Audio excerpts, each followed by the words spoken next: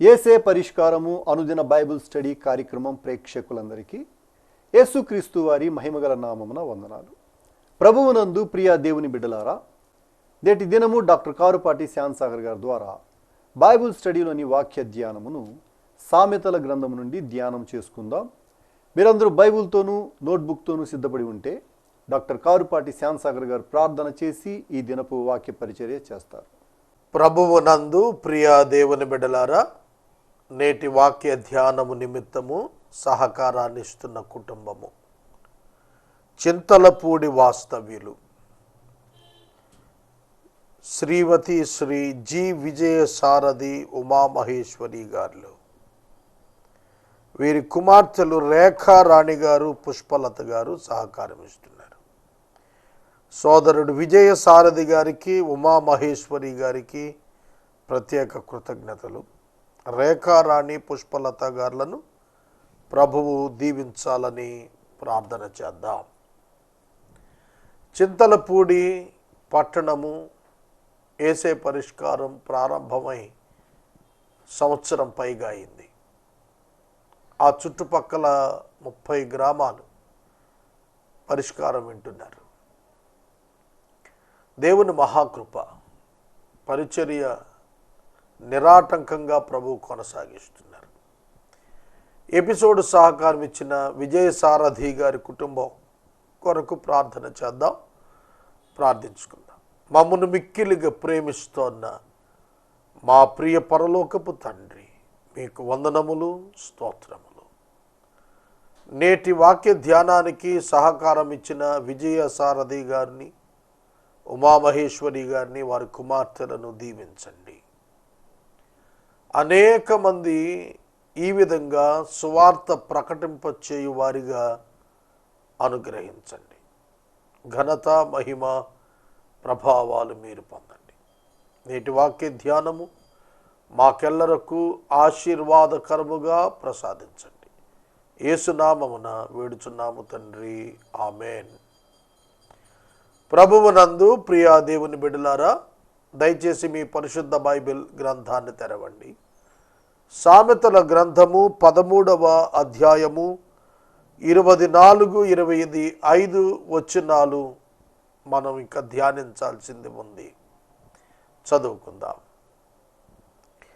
బెత్తము వాడని వాడు తన కుమారునికి విరోధి, కుమారుని ప్రేమించువాడు వానిని శిక్షించును. ఈ ఒక్క వచనం చాలా లోతైనటువంటిదిగా కనిపిస్తుంది. ఇది రాసిన వాడు ఎవరో తెలుసునా? సొలొమోను మహారాజు. ఆయన ప్రత్యేకత ఏమిటో తెలుసా? దేవుని చేత ఇశ్రాయేలీయులను ప్రేమించుటకు కావలసిన జ్ఞానమును పొందినవాడు. దేవుడు సొలొమోనుకు ప్రత్యక్షమయ్యారు. అతనికి ఏం కావాలి అనేది అతనికి వరము అవకాశం ఇచ్చినప్పుడు అతడు శత్రువుల ప్రాణమునైనను ధనమునైనను కోరక దేవుని ప్రజలను పరిపాలించుటకు జ్ఞానాన్ని అడిగాడు. The ruler, the great one Solomon. పరిపాలకుడికి ఉండాల్సిన లక్షణం ఏమిటంటే, శత్రువు ప్రాణం కాదు,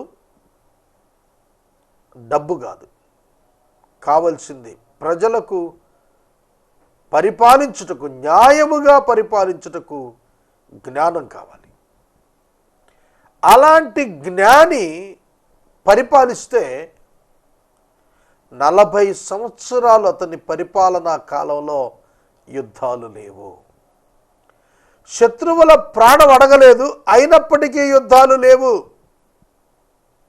అర్థమవుతోందా? కారణం ఏమిటంటే అతనికి దేవుడు అనుగ్రహించిన జ్ఞానం. ఇది చాలా అవసరం. Wisdom and both knowledge. Wisdom and knowledge, ఈ రెండు కూడా కావాలి పరిపాలకుడికి. ఆయన చాలా పరిశీలన చేశాడు, పరిశోధనలు చేశాడు. గొప్ప సైంటిస్టులకే సైంటిస్ట్ ఆయన. అర్థమవుతుంది. ఆయన చదవని శాస్త్రం లేదు, పరిశీలించని అంశాలు లేవు. అలాంటి వాడు చెబుతున్నాడు, ఏమని అంటున్నాడు? బెత్తము వాడని వాడు కుమారునికి విరోధి. ప్రతి తండ్రి తన కుమారుని ప్రేమిస్తాడు. ఏ తండ్రి ఏ కుమారుడికి విరోధి కాదు. అర్థమవుతుందా? ఏ తండ్రి ఏ కుమారునికి విరోధి కానే కాడు. నాకు తెలిసిన ఒక కుటుంబం ఉంది. నేను నాకు తెలిసిన సాక్ష్యాలు చెబుతాను. ఆ కుటుంబంలో ఆ తండ్రి ఆ కుమారులను ఎన్నడూ దండించలేదు, బుద్ధి చెప్పలేదు, వారు తప్పిదాలు చేస్తుంటే కరెక్ట్ చేయలేదు. ఆ యవనస్తుల జీవితాలు పాడైపోయాయి. వారు పెద్దవారు అయిపోయారు, భార్యలు వచ్చారు, బిడ్డలు వచ్చారు, పరిస్థితులు తలకిందులు అయిపోయాయి. అప్పుడు ఆ కుమారులు చెప్పారు, మా నాయన మాకు ఫస్ట్ ఎనిమి, మా బ్రతుకులు ఇట్లా అయిపోవటానికి కారణం మా నాన్న మమ్ములను సరిచేయవలసిన కాలములో సరిచేయలేదు. మొక్కై వంగనది మానై వంగున. ఆ తండ్రి తర్వాత ఎంతో బాధపడ్డాడు, నా బిడ్డలు ఇలా అయిపోయారు అలా అయిపోయారని. కానీ ఏమీ ప్రయోజనం రాలేదు, జీవితం ముగిసిపోయింది. నేను మనవి చేస్తున్నాను, వాక్యం చెబుతున్నది బెత్తము వాడని వాడు అన్నప్పుడు రోజు బెత్తం తీసుకొని ఒక దెబ్బ కొట్టమనా పిల్లల్ని? బెత్తము ఎందుకు వాడతాడు? ఉపాధ్యాయుడైనా, తండ్రి అయినా, తల్లి అయినా బెత్తం ఎప్పుడు వాడతారు? మీరు చూడండి, చిన్న పిల్లలు సైతం చీపురు పుల్లైనా చూపించి బెదిరిస్తూ ఉంటాం, అవునా? చీపురు పుల్ల చూపించారే, నిన్ను దండిస్తాను అని హెచ్చరికిస్తే జాగ్రత్త పడిపోతూ ఉంటారు. చాలా చిన్న వయసులో, ఎల్కేజీలో జాయిన్ చేయక ముందు ఉన్న వయసులో 2-3 ఇయర్స్ ఉన్నటువంటి బిడ్డలు కూడా చీపురు పుల్ల చూపిస్తే కొన్ని పనులు మానేస్తారు. మా వాచ్మెన్ దగ్గర మనుమరాలు ఉంది, చాలా చిన్నది, భూమికి అడుగు కూడా ఉండదు, 10 ఇంచెస్ ఉంటుంది, అంతే ఉంటుంది, చిన్నపిల్ల. వాళ్ళ అమ్మమ్మ బెత్తం చూపిస్తుంది, చీపురు పుల్ల చూపిస్తే కరెక్ట్గా కూర్చుంటుంది, ఎక్కడికి వెళ్దాం, లేకపోతే అపార్ట్మెంట్ అంతా తిరుగుతూ ఉంటుంది. మోటార్ సైకిల్స్ వస్తుంటాయి, కార్లు వచ్చి వెళ్తుంటాయి. అందుకనే ఆ ముసలామే ఒక బెత్తం చూపిస్తుంది, అంతే. ఆ చిన్నది అలా కూర్చొని ఉంటుంది. చూడండి, జీవితాలు పాడైపోతే వారు ఎవరిని నిందిస్తారు? కుమారులను గురించి ప్రత్యేకంగా రాస్తున్నాడు. కుమారులకు బాధ్యత ఉంది, భార్య, బిడ్డలు, సొసైటీలో ఒక స్థానం రేపు రావాలి. వాళ్ళను గద్దించడం రావాలి. గద్దించకపోతే వాళ్లకు ఎవరు విరోధి అంటే ఆ తండ్రే విరోధి. పిల్లలు విరోధిగా భావించకపోయినప్పటికీ విరోధంగా ప్రవర్తించిన వాడు అవుతున్నాడు అనేది అర్థం చేసుకోవాలి. బైబిల్లో ఏలీ అనే ఒక ప్రధాన యాజకుడు ఉన్నాడు. సమూయేలు గ్రంథంలో షిలోహు దేవాలయంలో యాజకత్వం చేస్తున్న వ్యక్తి, స్థూలకాయుడు, 94-98 సంవత్సరాల వృద్ధుడు ఆయన వ్యక్తి ఉన్నాడు. అతని కుమారులు హోప్ని, ఫినేహాసులు, ఇద్దరు కూడా యాజక ధర్మంలో ఉన్నారు. వాళ్ళు మందిరానికి వచ్చినటువంటి స్త్రీలతో అక్రమ సంబంధాలు పెట్టుకుంటున్నారు. అది ఏలీకి తెలియవచ్చినప్పుడు సరైన రీతిలో ఖండించలేదు. నాయనలారా, మీరు చేయుచున్నది ఏమిటి పని అన్నాడు తప్ప దాన్ని ఖండించాల్సిన రీతిలో ఖండించలేదు. అలా ఖండించకపోవడం వల్ల జరిగింది ఏంటో తెలుసా? మందసం పట్టుబడింది, ఫిలిస్తీయులు వచ్చేసారు యుద్ధానికి. హోప్ని, ఫినేహాసులు ఇద్దరు చనిపోయారు. అదే దినాన ఏలీ కూడా పడి చనిపోయాడు. వాళ్ళు అలా తయారవటానికి కారణం ఎవరు? బెత్తము వాడని ఏలీ తన కుమారులిద్దరికి విరోధి. కనుక బిడ్డలను దేవుడు ఇచ్చాడు అని సంబరపడటం కాదు, మగపిల్లలను దేవుడు నాకు ఇచ్చాడు అని చాలామంది సంబరపడుతున్నారు. వాళ్ళని సరిగా పెంచకపోతే రేపు వాళ్లే మీకు గుదిబండలుగా తయారవుతారు. నాకు తెలిసిన మరొక సహోదరుడు ఉన్నాడు, ఆయనకు ఒక కుమారుడు ఉన్నాడు. మనిషి ఎదిగాడు, కానీ ఏమీ పని చేయడు. బాల్యము నుండి అతనికి విలువలు నేర్పటంలో, భయభక్తులు నేర్పటంలో, తల్లిదండ్రుల పట్ల భయభక్తులు, గౌరవము, భక్తి, ప్రేమ నేర్పటంలో వైఫల్యం చెందాడు. కుటుంబంలో చాలా కష్టాలు అనుభవిస్తున్నారు వాళ్ళు. కనుక బాల్యములో వాడు నడువవలసిన త్రోవ వారికి నేర్పించు. పెద్దవాడైనప్పుడు వాడు దాని నుండి తొలగిపోవడం చెబుతోంది వాక్యం. బాలుడు నడవవలసిన త్రోవ వారికి నేర్పుము. వాడు వృద్ధుడైనప్పటికీ దాని నుంచి తొలగిపోవడం. నాకు తెలిసి ఒక సహోదరుడు ఉన్నాడు, నా మిత్రుడు.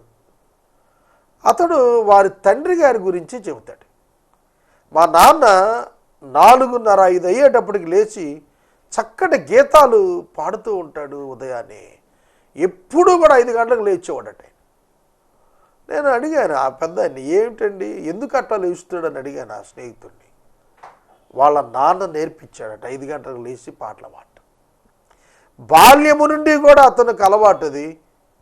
అలాగే అతడు ఉదయాన్నే లేచి పాటలు పాడి ప్రభువుని మహింపరిచాడు. జీవితకాలం అంతా కూడా, వృద్ధుడైపోయిన తర్వాత కూడా. కనుక బెత్తము వాడని వాడు కుమారునికి విరోధి. అంటే బెత్తము అనేటువంటి పదం దగ్గరికి వచ్చాడు, డిసిప్లిన్ చేయని వాడు అని అర్థం కూడా తీసుకోవాలి మనం. క్రమములో పెట్టని వాడు, క్రమశిక్షణ నేర్పని వాడు.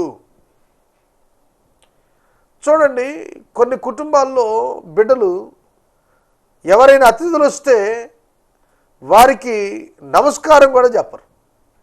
వారిని విష్ చేయటం అలవాటు ఉండదు. నాకు తెలిసిన ఒక కుటుంబం ఉంది. ఆ కుటుంబం వరుసగా పిల్లలందరూ కూడా వచ్చి నమస్కారం చెప్పేవాళ్ళు. వచ్చిన అతిథులు సంబరపడేవాళ్ళు. వచ్చాడులే మనకే సంబంధం అన్నట్టు వెళ్ళిపోరు. అందరూ కూడా వరుసగా వచ్చిన అతిథికి నమస్కారం చెప్పేవాళ్ళు. అది నేర్పించింది ఎవరు? తల్లిదండ్రులు. ప్రధానంగా కుమారుల విషయంలో తండ్రి ప్రత్యేక శ్రద్ధ కనబరుస్తున్నాడు. బెత్తము వాడకపోతే విరోధే. వారి భవిష్యత్తులో వాళ్ళు పడబోయేటువంటి శ్రమలకు కారణం ప్రేమగా పెంచిన తండ్రి అయిపోతాడంటే అంత బాధాకరం. అంతేకాదు, కుమారుని ప్రేమించువాడు వారిని శిక్షిస్తాడు. ఇది ప్రతి కుమారుడు అర్థం చేసుకోవాలి. హెబ్రీ పత్రికలో రాస్తున్నాడు, తండ్రి శిక్షింపని కుమారుడు దుర్బీజుడే. చెడ్డ విత్తనం అన్నమాట. దుర్బీజుడు అంటే చెడిపోయిన విత్తనం, కుళ్ళిపోయిన విత్తనం. ఎలా పంట రాదో, సరిగా మొక్క మొలవదో, ఉన్న పురుగులతో ఉంటుందో, అలాగా ఒక తండ్రి శిక్షించకపోతే కుమారుడు సమాజంలో చెడ్డ విత్తనంలాగా మొలుస్తుంది. అలాంటి బ్రతుకు కనిపిస్తుంది. హెబ్రీలో తండ్రి శిక్షింపని కుమారుడు దుర్బీజుడు అని రాస్తున్నాడు. దేవుడు కూడా శిక్ష అమలు చేస్తున్నాడు భక్తులకి తండ్రిగా. భౌతిక సంబంధమైన తండ్రులు శిక్షిస్తుంటే అంగీకరిస్తున్నాం కదా. ఆధ్యాత్మిక తండ్రి మనకు శిక్షణ ఇవ్వకపోతే మనం ఆత్మీయంగా పాడైపోతామంటూ విశ్వాసులను తాము పొందుతున్నటువంటి శ్రమలను గూర్చిన విషయంలో పాజిటివ్గా ఎంకరేజ్ చేశాడు పరిశుద్ధుడైన పౌలు.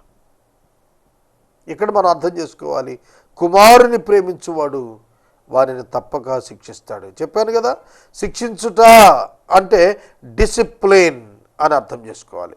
But he who loves him is diligent to discipline him. Diligent to discipline him. క్రమశిక్షణలో పెట్టాలి. పెడతాడు, ఖచ్చితంగా పెడతాడు. అప్పుడే ప్రేమించినట్టు. ఒక్కొక్కళ్ళు అంటారు, నేను మా అబ్బాయిని చాలా ప్రేమిస్తున్నానండి, వాడిని ఎక్కడికి పంపను, వాడికి ఏమీ నేర్పించను. నేను నా బాల్యాన్ని ఒకసారి జ్ఞాపకం చేస్తాను.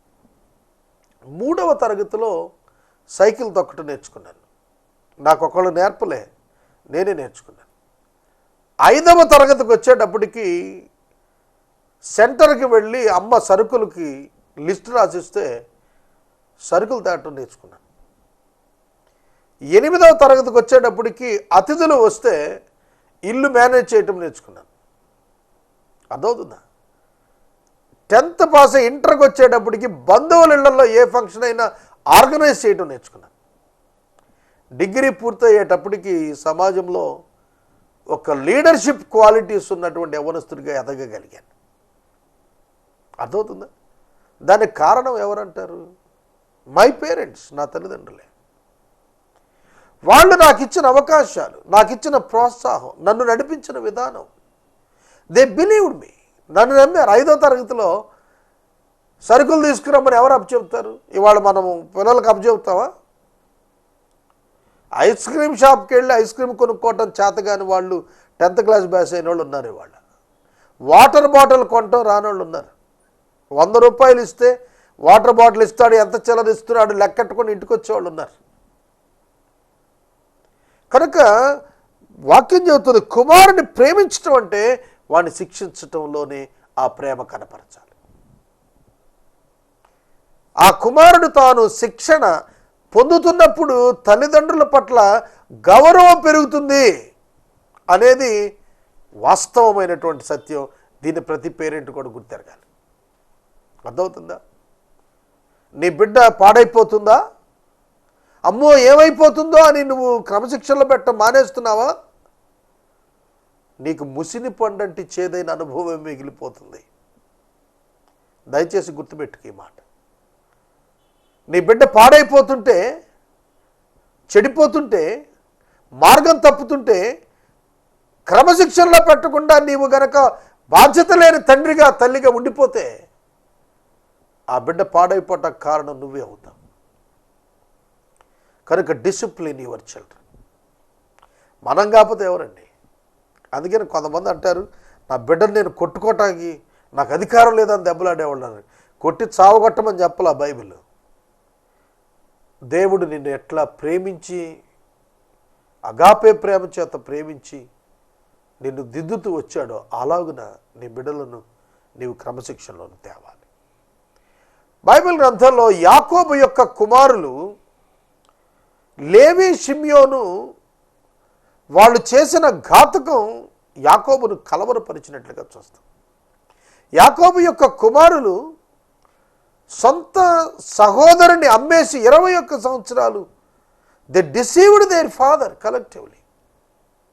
ఐక్యంగా కలిసి తండ్రిని మోసం చేశారు. కారణం ఫెయిల్యూర్. అది వైఫల్యం కిందే వస్తుంది.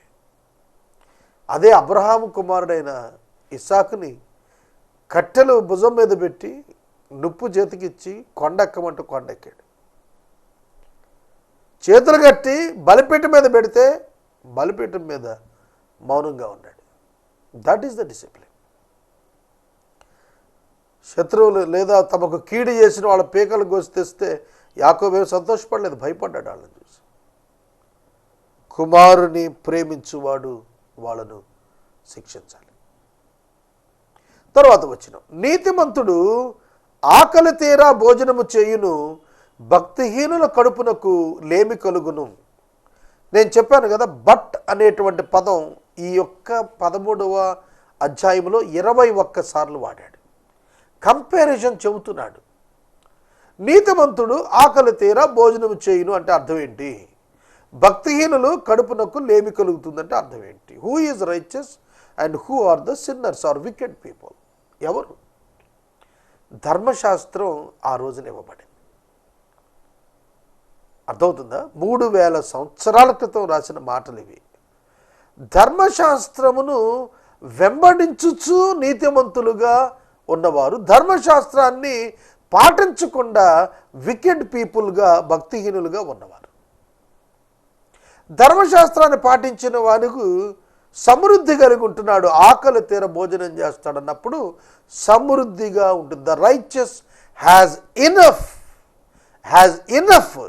సమృద్ధి కలిగి ఉంటున్నాడు సమస్తం టు సాటిస్ఫై హిజ్ ఎపటైట్. ఆకలి అన్నమాట. ఎపటైట్ అంటే ఆకలి తీర్చుకుంటానికి సమృద్ధి నీతిమంతుడి దగ్గర ఉంటుంది అన్నాడు. ఎందుకని? ధర్మశాస్త్రం చెప్పినట్లుగా చేస్తే ఒక గుడ్ కాండక్ట్తో, ప్రవర్తనతో బ్రతకగలుగుతాం. ధర్మశాస్త్రం మనిషిని పర్ఫెక్ట్ మ్యాన్గా చేస్తుంది. రేమండ్స్ అడ్వర్టైజ్మెంట్ వాళ్ళు ఇస్తారు కదా, పర్ఫెక్ట్ మ్యాన్ అని. రేమండ్స్ గుడ్డలు వేసుకుంటే పర్ఫెక్ట్ మ్యాన్ కాదు. ఒక మనిషి పర్ఫెక్ట్ అవ్వాలి అని అంటే అప్రైట్, యథార్థవంతుడిగా ఉండాలి. అంటే ఖచ్చితమైన వాడుగా ఉండాలి. ఖచ్చితం అంటే కాపలా పెట్టారు, గేట్ మెన్ ఉంటాడు కదా, గేట్ మెన్ 10 రూపాయలు తీసుకొని అందరిని పంపించేస్తున్నాడు అనుకోండి, ఇక నువ్వు దొంగతనం ఎక్కడ ఆపుతావు? కొన్ని చోట్ల ఇంటెన్సివ్ కేర్స్ ఉంటాయి, ఐసీయూస్ అంటారు. ఈ ఇంటెన్సివ్ కేర్ యూనిట్స్ దగ్గర సెక్యూరిటీ ఉంటారు. కొన్ని చోట్ల పేషెంట్స్ దగ్గర మనుషులు కూడా ఉండనివ్వని ఐసీయూలు ఉన్నాయి. అటెండర్ని ఒక్కళ్ళని అలవ్ చేసేవి ఉన్నాయి. అక్కడ లంచం తీసుకొని పంపేటువంటి గేట్ మ్యాన్ ఉంటే ఉపయోగం ఏంటి? అర్థమవుతుందా? కనుక అక్కడ ఉన్నటువంటి ఆ కేర్ కాపాడబడాలి అంటే సరైనోడే గేట్ దగ్గర ఉండాలి. ఖచ్చితమైన వాడు నిలిచినప్పుడే అక్రమం ఆగుద్ది. అలాగే ఖచ్చితమైన మనిషిగా మనం జీవించడం ప్రారంభిస్తే మనం మన మన పొట్టతో పాటు మన బిడ్డలు, మన భార్య, తల్లిదండ్రులు అన్నీ ఆలోచన చేస్తాం. నేనేం చేస్తున్నాను, నేనేం పని చేస్తున్నాను, నేను ఎలా ప్రవర్తిస్తున్నాను, నేను వివేకం కలిగి ఉన్నానా, జ్ఞానం కలిగి ఉన్నానా అనే చెకప్ ఉంది చూశారు, ఎప్పటికప్పుడు చేసుకుంటాడు. పట్టపగలే తాగి డ్యూటీకి వస్తే అతను ఏ విధంగా తన ఉద్యోగాన్ని కాపాడుకుంటాడు చెప్పండి? డ్రైవింగ్ జాబ్లో ఉన్న వాళ్ళు పట్టపగలే తాగి డ్రైవింగ్కి వస్తే ఏమైపోతుంది పరిస్థితి? వికెడ్ మ్యాన్ అన్నమాట అతను. నేను డ్యూటీలో ఉన్నాను, ఐ మస్ట్ బి సిన్సియర్, నేను ఖచ్చితంగా ఉండాలి, నేను జాగ్రత్తగా ఉండాలి, నేను యథార్థంగా ఉండాలి, దేవుడు నన్ను పిలిచాడు, నాకు బాధ్యతలు ఇచ్చాడు. ఎప్పుడైతే అలా ఆలోచిస్తున్నాడో దేవుని యందు విశ్వాసం ఉంచిన వాడు నీతిమంతుడయ్యాడు. ధర్మశాస్త్రాన్ని పాటిస్తూ తమ జీవితాన్ని నీతియుక్తంగా దిద్దుకున్నారు ఆ దినాన భక్తులు. ఇట్టి శాసనము సంతకము చేయబడినని దానియేలు వినినప్పుడు యెరూషలేము తట్టు కిటికీలు తెరిచి దినమునకు 3 మారు ప్రార్థన చేయించు వచ్చెను నీతిమంతుడు.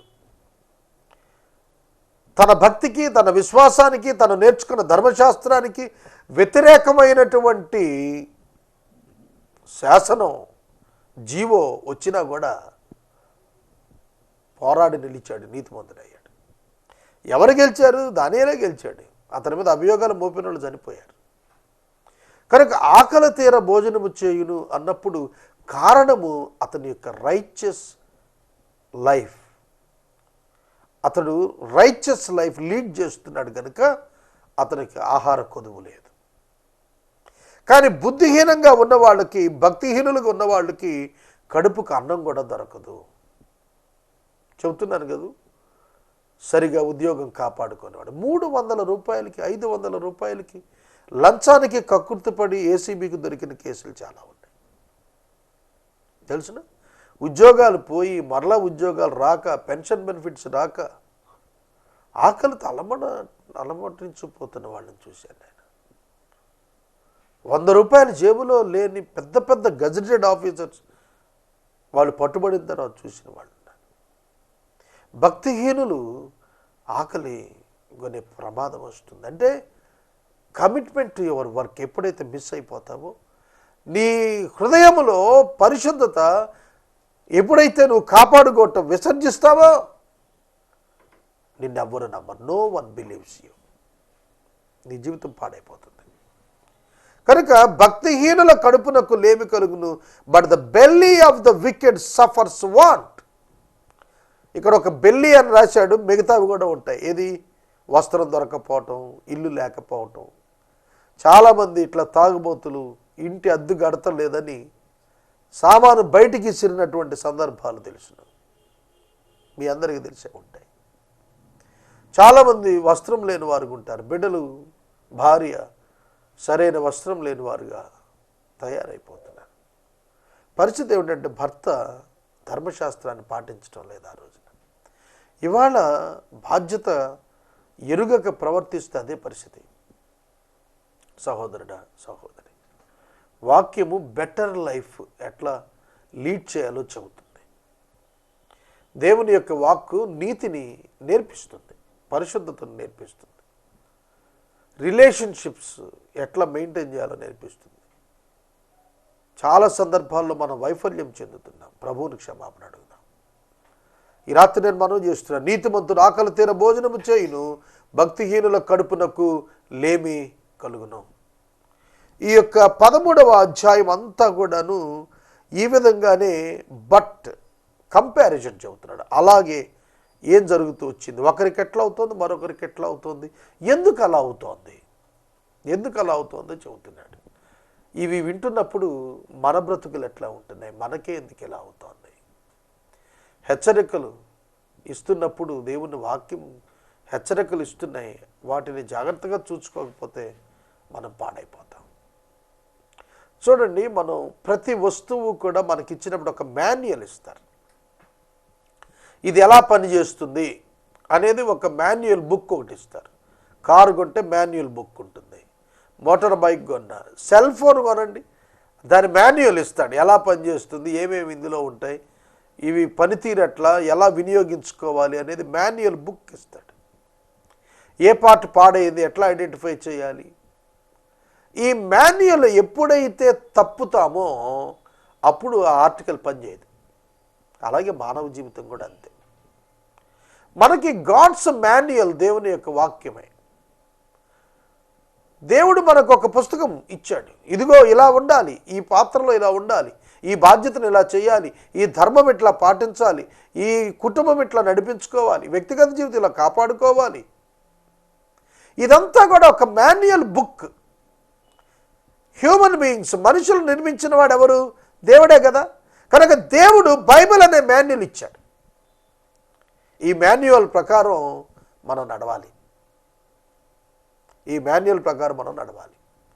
ఒక ఎలక్ట్రీషియన్ ఉన్నాడు, ఆ ఎలక్ట్రీషియన్ తను ఏ విధంగా పవర్తో పనిచేయాలో అతనికి తెలియాలి. తెలియకపోతే షాక్ కొట్టి చచ్చిపోతాడు. మనుషులు కూడా అంతే, మానవ జీవితాలు కూడా అంతే. పాపముతో ఆటలాడవద్దు. ప్రభువా క్షమించు అని అడుగుదాం. మీ జీవితాలు సరి చేసుకోవాలి. ప్రార్థన చేసుకుందాం. మనము ఇంతవరకు డాక్టర్ కారుపాటి శ్యాంసాగర్ గారి ద్వారా బైబిల్ స్టడీలోని వాక్య ధ్యానమును సామెతల గ్రంథం నుండి ధ్యానం చేసుకుందాం. ఈ కార్యక్రమం ద్వారా మీరు పొందుకునుచున్న ఆత్మీయ మేలులు ఒక ఉత్తరం ద్వారా మాకు తెలియచేయండి.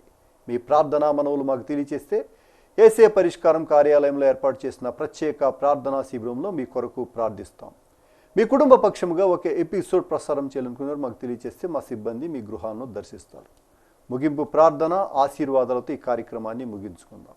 నేటి వాక్య ధ్యానానికి సహకారం ఇచ్చిన కుటుంబం చింతలపూడి వాస్తవ్యులు జి విజయసారథి ఉమామహేశ్వరి దంపతులు, కుమార్తెలు రేఖారాణి పుష్పలత గారు సహకారమిస్తున్నారు. ఈ కుటుంబాన్ని ప్రభు దీవించినట్లు ప్రార్థించుకుందాం.